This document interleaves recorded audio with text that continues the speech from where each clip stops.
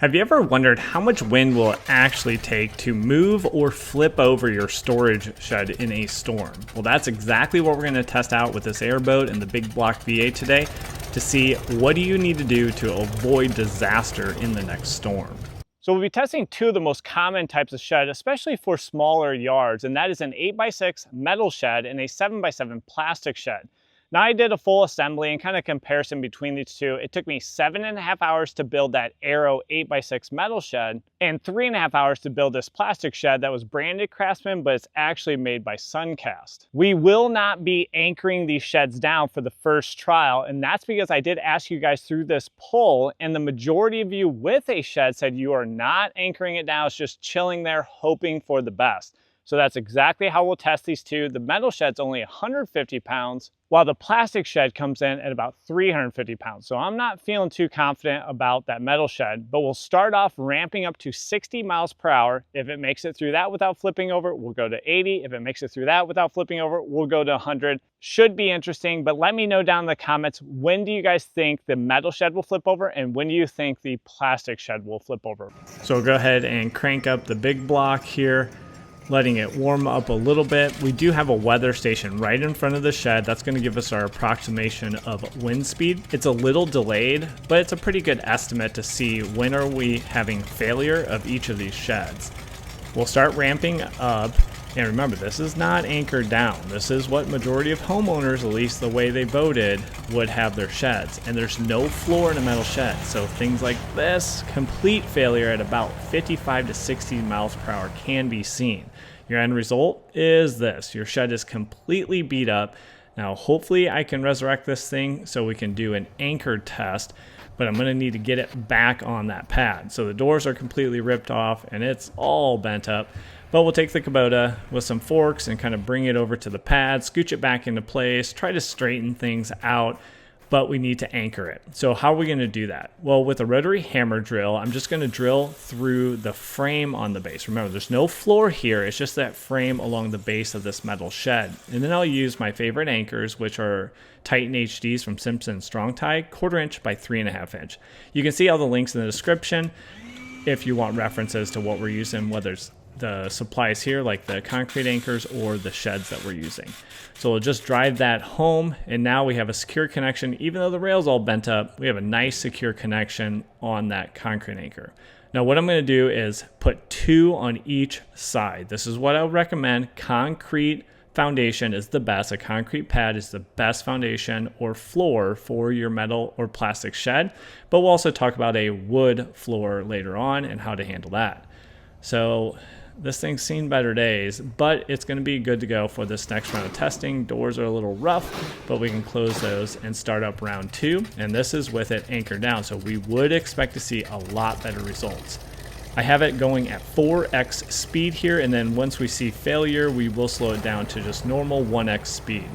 So ramping things up, we can see already it's doing a lot better, although it's starting to move around a little bit. Even that plastic shed's shifting off. We're past 75, 85, still going, and complete failure at around 91 to 95 miles per hour.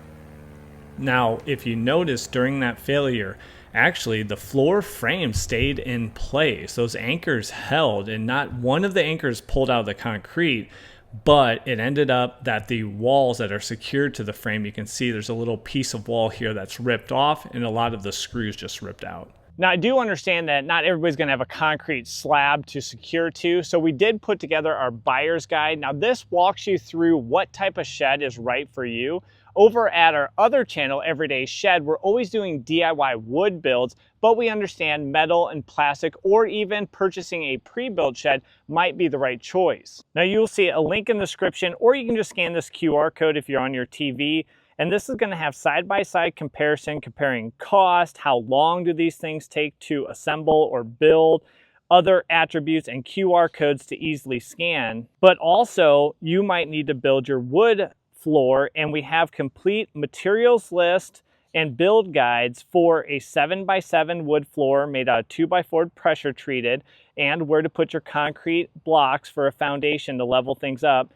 also an 8x6, and then finally a 8x8 for common small shed sizes to help you out. So go ahead and grab your free copy, but also give us some feedback. I'll be including wind testing from a durability standpoint in that table and continuing to build on it so it can be a more valuable resource to you. So let's jump back into it and test the unanchored plastic shed. And then let me know down in the comments which one, metal or plastic, will hold up to a higher wind speed. Again, we're going to use our weather station. We switched it over to the plastic side, and we'll let the V8 warm up a bit and then start to ramp up the RPMs. We're here at about 30 miles per hour, and very quickly we see very similar failure modes, about 55, 60 miles per hour. That plastic shed was going over. So I actually stopped it so I could scooch it back into place because we know we're gonna have anchors. And I would say that is pretty much a tie, but what about with anchors? I'm gonna use exactly the same anchors. That was the 1/4 inch by 3.5 inches. And these two floor sections here actually have spots for anchors so you can secure them. But I'm a little concerned because the walls are plastic and the floor is plastic and they just kind of slide into a friction fit. There's no fasteners holding those together. So will that help, and how much will it help? So with the anchors in place, we'll rev things back up again and start to put quite a bit more wind load against it. And we see a complete failure there at about the maximum. Remember, it's a little delayed. 80 miles per hour is the maximum that I saw on the weather station. So I'll give it 80, but see the floor? It's still in place. So let's look at the damage, and as expected, I was concerned that the walls would just rip out of those slots. So the panels actually all stayed in place, but now we have our shed all the way down here. Let's see if there's any permanent damage. So that is the structure and brackets. So those screws ripped out. Those holes are probably, you're either gonna have to use bolts now or bigger screws. That bracket, that's the main structural bracket, that is failed. So yeah, this one is not gonna be just put back together. Now it looked like most of the panels, you could just take the little plastic screws out. They might be a little warped. A lot of people say these corners fail. It does look like those held up on most of this. So you're probably gonna have to order a few new parts, but overall, this is looking like a complete failure right beside its friend there that is also a complete failure. So not gonna lie, that was pretty fun testing, although I kind of have a graveyard of sheds now that I gotta clean up.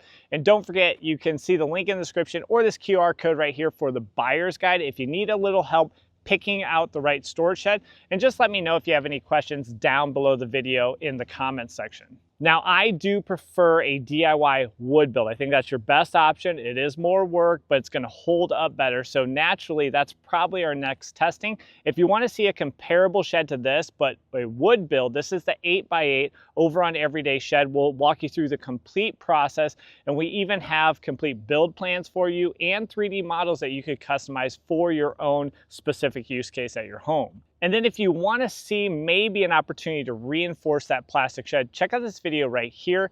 I'll walk you through that plastic shed assembly, how long, but in there at the end, I make a reinforcement 2x4 frame that then would give you something to hold those walls down to the anchors with some wire or cabling. And that might dramatically increase how much wind the plastic shed could withstand if you already have a plastic shed or that's the avenue you want to go down. So thanks for joining me on this video, and we'll catch you on one of those next ones. Take care.